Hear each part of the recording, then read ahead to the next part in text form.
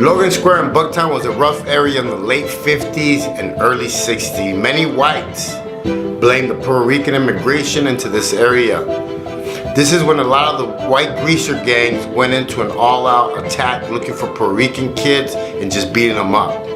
This is how a lot of the oldest Puerto Rican gangs formed in this area. Let's get into this video. In a city known for its fearsome super gangs, criminal enterprise like the mob, gangs, Chicago has its own culture, from graffiti on the walls to how the south side and the north side are separated. In Chicago, it's where you're born that defines who you are, not your race. This is gang life.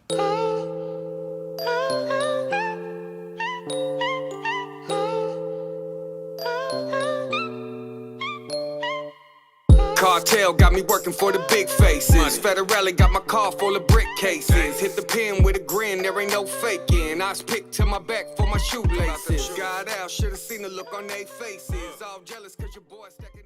Hey guys, what's up? My name is JC. I am Wrong Strong. If you're new to my channel, make sure you subscribe, hit that bell so you don't miss nothing. If you're part of my crew, mi familia, mi raza, you already know. Súbanse a la Suburban. We're taking another ride to the north side. Back by popular demand. Hey, we got another episode today of Gang Life. You know, I've been talking a little bit about the north side in these past episodes, but we'll get back to the south side. Remember, guys, there is hundreds and hundreds of gangs that I need to cover, and the research and just... it takes homework, you know, it takes homework, it takes work, it takes making phone calls. So not all of it's gonna be at 100%, not all of it's gonna be, you know, clean, tight, whatever you wanna call it. It takes a lot of work, and I got a lot of them to go through. So please stop getting on my ass about it. If you're gonna do this one, you're gonna do that one. Trust me, I have a list on my wall that is fucking long, with every single ones that are active, inactive, and ones that are completely have disappeared that people don't even know about. Yeah. But you know, today we're gonna talk about a gang that was heard about back in the day, but then kind of lost a little bit of steam. But like I've always tell people, I've give the research and the study, and I make calls and everything, because it's not that I'm glorifying the whole gang stuff. I'm not glorifying. I give every organization its credit for its upbringing and just the history, their test in time. That's all I do, and it's just not letting our Chicago history go down the drain. It is what it is, whether it's gangs or not.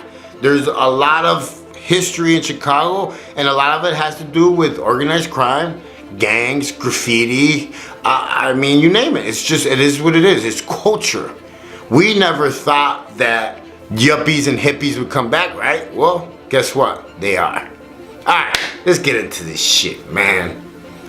Even though this gang is an Hispanic gang, it was founded by a white kid. We are talking about the Insane Unknowns. It is said that most of the first unknown members were actually Latin King Pee-wees that for some reason were kicked out of a Latin King branch, and for some reason they were just, you know, they told them to drop their flag. It is said that for some time they called themselves the Undercover Kings, and I heard about this way back when I was like a kid, you know, because stories are told about gangs in Chicago all the time. I don't know how true it is, but of all the stuff that I looked up and people that I talked about, the Undercover Kings did exist, and they were in that area that I'm talking about. But that name wouldn't last long. When they met TJ, that is the white kid and the founder of the Insane Unknowns, the Unknowns were born. In 1975, the Cobras got word that the Unknowns were using the Insane on their name. gangs in Chicago take that very, very serious when it's just, I'll give you an example. It's just like the motorcycle gangs that use, you know, the top flyer, or what is it called? You know, when they have their logo and then they represent like a city or a state. I forgot what those are called. I'll look it up.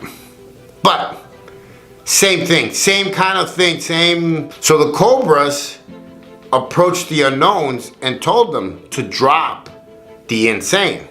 Well, the Unknowns told them, we're not going to drop it, and if we need to go to war, we're going to war. This has been one of the most bloodiest wars the North Side has seen. You know, even into the 70s, 80s, I mean, they were going back and forth. I mean, the Unknowns were killing Cobras, the Cobras were killing Unknowns, and it was crazy. They were going at it. In 1978, the Unknowns became well known for being leader killers of their rivals. I'll tell you something, when a high-ranking member from any organization, whether it's the Unknowns, the Kings, the Cobras, SDs, 2-6, Rasa, Saints, it doesn't matter. When a leader, a high-ranking member is killed, all-out war goes back and forth. Back and forth. Retaliation is a must right away. And the Unknowns actually were known for taking those steps. You know, they actually did kill some of the leaders of the folks and part of organizations on the North Side. In 1992, a war broke out with the Land Kings over drug turf. And this is what I mean. Once you start expanding, that's where war is unedible. It's gonna happen because you start expanding to other people's corners. Those people don't like it. And I've seen where other organizations are cool, you know, with each other, and they invite each other to their corners, their blocks. But then it's almost like a guest that doesn't go away. They're always over there. They're always hanging out. They start doing business over there. And at the end of the day, they end up taking over that block. And that's when the war starts. In all test of time, test of the North Side, Northwest, the Insane Unknowns were known for never backing down from any war and using extreme violence to keep their enemies out of their hood. At the end, the only gang they would not be able to push out would be the yuppies and the hipsters buying out the area. After the late 90s, these neighborhoods would go back to selling for top dollar. Change is a force that cannot be stopped, no matter how tough of a gang it is. Money talks. Chicago neighborhoods have always been changing in Chicago, from Polish to Irish to Mexican to Puerto Rican, black, back to white. And it's a big melting pot. Chicago is a huge hub for a lot of people. It's a beautiful city. It's a beautiful city that I love to the fullest. I was born and raised there.